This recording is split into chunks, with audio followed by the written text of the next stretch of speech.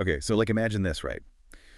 You're a teenager. Mhm. You're from like a really traditional Japanese fishing village. And then suddenly, bam, shipwrecked, rescued.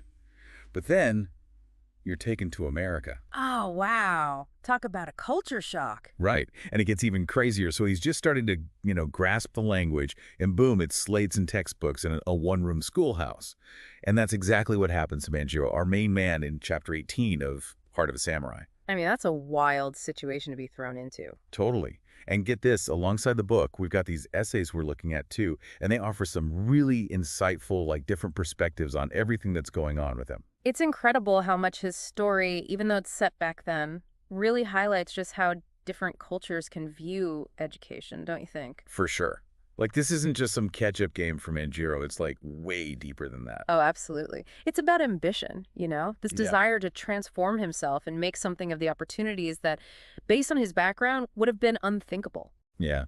He's already gone through this, like, intense crash course at the Stonehouse School, learning alongside kids half his age. But what really got me was his, like, sheer determination. Manjiro doesn't just see education as this thing he has to do. It's more like, It's his lifeline. exactly.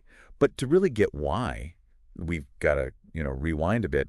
See, in 1840s Japan, social mobility, forget it. It was practically unheard of. Born into a fishing family, you were pretty much stuck being a fisherman for life. Right. And that's like the total opposite of the American ideal at the time, the whole self-made man thing, education.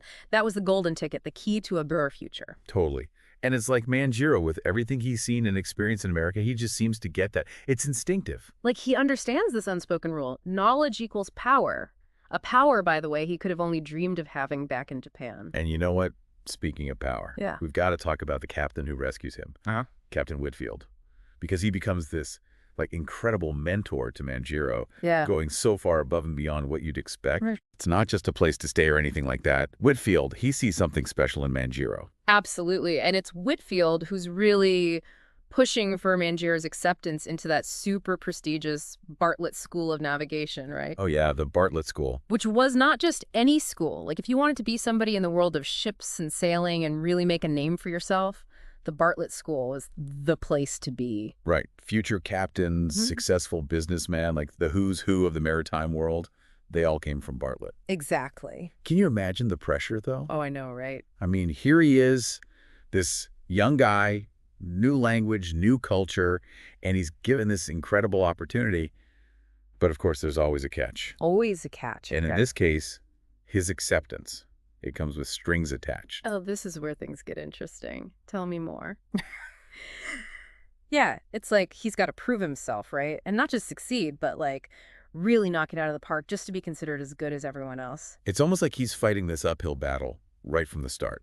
Yeah, and those essays we were talking about, they really dived up into that, Totally. about how for Manjiro education, it's not just about, memorizing facts or passing a test. It's way more than that.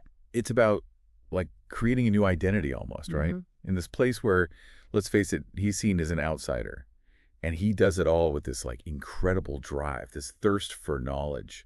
I mean, it just jumps off the page when you read how he tackles everything. There's this one part, I think it's back at the Stonehouse School, where it describes him like soaking up learning, I love that. right? Like every single word, every new fact, it's like, It's precious. yeah.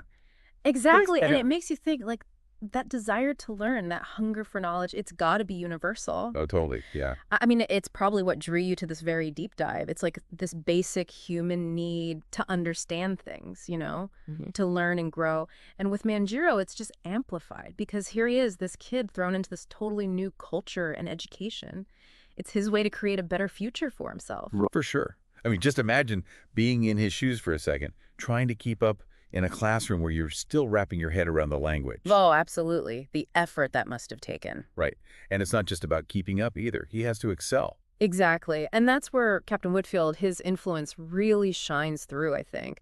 It's not just about providing the education, right? He's there every step of the way, offering guidance and support. Like there are these great little moments in the book where they're on the porch in the evening just talking. Oh, yeah. I love those parts. You can just tell there's this real bond between them. It's more than just, guardian and ward or whatever. Totally. It speaks to how important having a mentor can be. To have someone in your corner who believes in you, who sees your potential and helps you, like, really nurture it.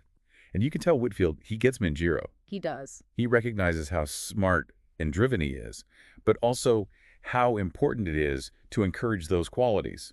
Yeah, and it wasn't just about, academics either. Like we said, the Bartlett School, it wasn't just about turning out smart people. It was about shaping future leaders, men of character, Right. men of integrity. Right. And that's where all those conditions that were attached to his acceptance, that's where those come in. It makes you wonder, though, what those conditions really meant, because were those really just like high standards, the same for every student? Or was it, Or was it something else? yeah, like, did he have to prove himself in a way that other students didn't? It's a good question.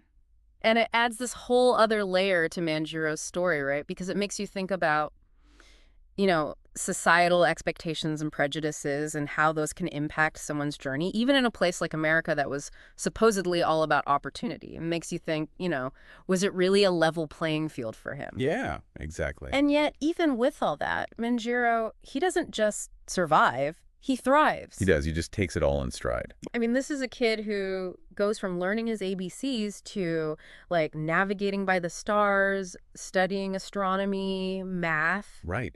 All within just a few years. It's insane. It really speaks to how resilient he is, how adaptable. And let's not forget the courage it must have taken to just embrace this whole new life, this new way of thinking. I mean, talk about a world away from that fishing village. Totally. Yeah. He embodies that, adventurous spirit, that determination you usually associate with explorers. Yes. But for him, the frontier isn't a place. It's knowledge. Exactly. It's like his whole world just opens up. And by doing that, by really pushing himself, he challenges, what it even means to be educated, to be successful, to contribute to society. It makes you think, like, what is education really all about? Yeah. We always talk about it like it's about getting a job, having a career, Right. which, I mean, it is. Yeah. But Manjiro's story, it reminds me that it's so much bigger than that. Oh, for sure. It's about expanding your horizons, right? Right. Challenging yourself. Totally. You're becoming a more well-rounded person. Exactly. Mhm. And think about, like, the ripple effect. We don't know everything about Manjiro's life, obviously, after the book ends. But we can kind of guess, right? His education, it opened doors. It led to possibilities he couldn't have even imagined back in his village. Oh, absolutely. I mean, talk about a turning point. It's like this one decision to embrace learning, to really go for it, it completely changed his trajectory. Totally. It really underscores how education, it's not just about, personal gain. It's about contributing. You become part of something bigger. It's like you're giving back in a way. Yeah, exactly. Whether that's through, like, inventing something or changing the world or just being an informed citizen who's really engaged. Knowledge, it gives you the power to make a difference. I think it's amazing how his story, even though it happened so long ago, it still feels so relevant today. It really does. This drive he has to learn, to push himself, it's timeless. It is. It makes you think, if this young man facing all these challenges could grab onto education as his ticket to something better, what's stopping us, right? With everything we have available today. That's such a good question, and a good reminder, too. Like, learning, it doesn't stop when you graduate or finish a book. It's a lifelong thing. It's a journey, and it's one we can all take no matter what. So, to everyone listening, what is it that makes you curious? What do you want to learn more about? And how can you, just like Manjiro, turn that into something real?